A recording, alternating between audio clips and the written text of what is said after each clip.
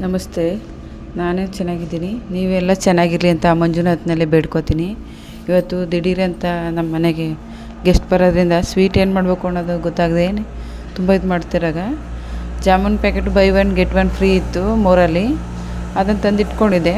ಅದನ್ನು ಸ್ವೀಟ್ ಮಾಡೋದನ್ನು ನಿಮಗೂ ಕೂಡ ತೋರಿಸ್ತಾ ಇದ್ದೀನಿ. ನಮ್ಮ ಮನೇಲಿ ಮಾಡ್ತಕ್ಕಂಥ ಜಾಮೂನ್ ಪ್ಯಾಕೆಟಿಂದ ಬಳಸಿ ಮೃದುವಾದ ಜಾಮೂನ್ ಮಾಡೋದನ್ನು ಹೇಳ್ಕೊಡ್ತಾಯಿದ್ದೀನಿ ಇವತ್ತು.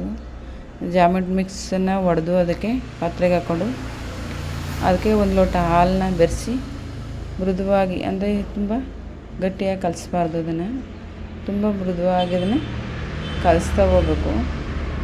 ಕಲಿಸ್ತಾ ಬೇಕಾದಷ್ಟು ಹಾಲನ್ನ ಅದು ಬೆರೆಸ್ಕೊಂಡು ಅದಕ್ಕೇನು ಕೂಡ ಹಾಕಲಿಕ್ಕಿಲ್ಲ, ಬರೀ ನಾನು ಮಾಡೋ ವಿಧಾನದಲ್ಲಿ ನಿಮ್ಗೆ ಹೇಳ್ಕೊಡ್ತಾಯಿದ್ದೀನಿ. ಅದಕ್ಕೆ ಹಾಲು ಹಾಕಿ ಅದನ್ನು ತುಪ್ಪದನ್ನ ಸವರಿ ಇಡಬೇಕು. ಮತ್ತು ಅದಕ್ಕೆ ಬೇಕಾದಷ್ಟು 1-2 ಸ್ಪೂನು, ಒಂದು ಪ್ಯಾಕೆಟಲ್ಲಿ ಎಷ್ಟು ಆಗ್ತವೆ ಅಂತ ಗೊತ್ತಿಲ್ಲ, ಮಾಡೋ ವಿಧಾನ ನಮ್ಮದಾಗಿರ್ತದೆ. ಮತ್ತು ನಮ್ಗೆ ಎಷ್ಟು ಬೇಕು ಅಂದರೆ ನಾನು 1 ಲೋಟ ಹಾಲು ತಗೊಂಡಿದ್ದೆ. ಅದರಲ್ಲಿ 1/4 ಲೋಟದಷ್ಟು ಹಾಲು ಹಾಕಿ ಕಲಸಿ ಅದನ್ನು ಸ್ಮೂತಾಗಿ ಉಂಡೆ ಮಾಡಿಟ್ಟು ಎಲ್ಲ ಕಲಸಿದಾದ್ಮೇಲೆ ಅದಕ್ಕೆ ಮೇಲ್ಗಡೆ ಒಂದು ಸ್ವಲ್ಪ ತುಪ್ಪ ಸವರಿ 1/4 ಗಂಟೆ ಅರ್ಧ ಗಂಟೆ ಇಟ್ಟು ಅದನ್ನು ಸಣ್ಣ ಉಂಡೆಯಾಗಿ ಮಾಡ್ಕೋಬೇಕು. ತುಪ್ಪ ನಮ್ಮಮ್ಮ ಮನೆ ತುಪ್ಪನೇ, ಬೆಣ್ಣೆ ಕಾಯಿಸಿ ತುಪ್ಪನೇ ಊರಿಂದ ಬೆಣ್ಣೆ ತಂದಿರು. ಅದನ್ನು ಕರಗಿಸಿ ಏನು ಮಾಡಿಬಿಟ್ಟಿದ್ರೆ ಅದನ್ನು ಫ್ರಿಜ್ಜಲ್ಲಿ ಹಂಗೆ ಇಡಮ್ಮ ಅಂತ ಹೇಳಿದೆ. ಅದು ಕೂಡ ಏನು ಮಾಡಿಬಿಟ್ಟಿದ್ದಾರೆ, ಅದನ್ನು ಎತ್ತಿ ಫ್ರಿಜ್ಜಲ್ಲಿ ಇಟ್ಬಿಟ್ಟಿದೆ. ಎಲ್ಲ ಫುಲ್ ಗಟ್ಟಿಯಾಗಿ ಹೋಗಿದೆ ನೋಡಿ. ಅದನ್ನು ಚಿವುಕಿ ತುಂಬ ಸ್ಮ್ಯಾಶ್ ಮಾಡಿ ಜಾಮೂನಿಗೆ ಸೋರ್ಬೇಕಾಗಿ ಬಂತು.